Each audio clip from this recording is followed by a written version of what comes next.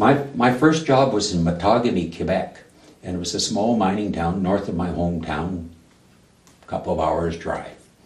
There was about 3,000 people living there, and that was the end of the road. You had to fly after that. There were no roads, nowhere north of that.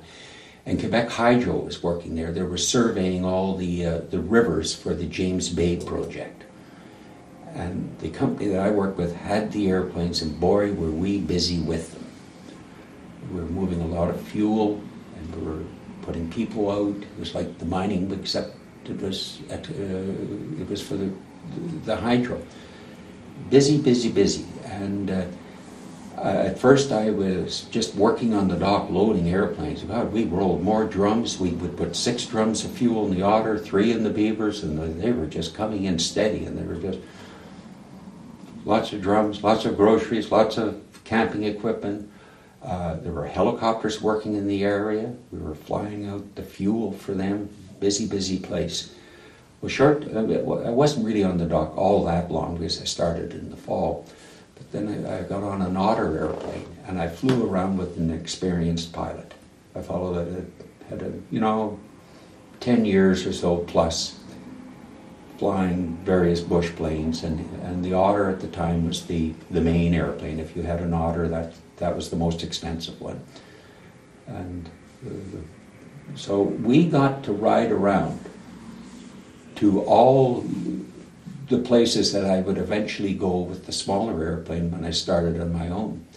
So it was great working with an experienced pilot that had experience with weather, could make decisions and do things right. And so it was an easy way to learn instead of just going out on your own.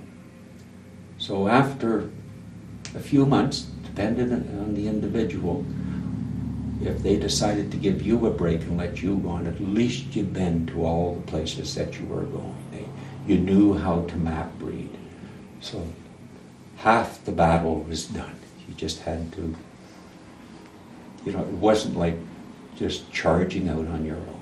And that's what I did like about that company. And they put a bunch of restrictions on us too when we were flying the smaller airplane as to how to operate the engine and stuff like that, but they certainly didn't want us to get into any trouble. And they would only let us fly them with a rich mixture, and it burnt a lot of fuel.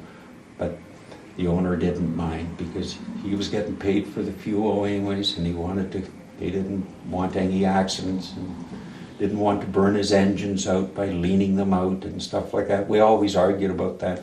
But in the end, he was really right. He was really right. But it was very important where I first started out, and I think that company I was with, they were one of the better. And I think of it all the time. I still have photographs of them. I kept all my logbooks. It's good memories.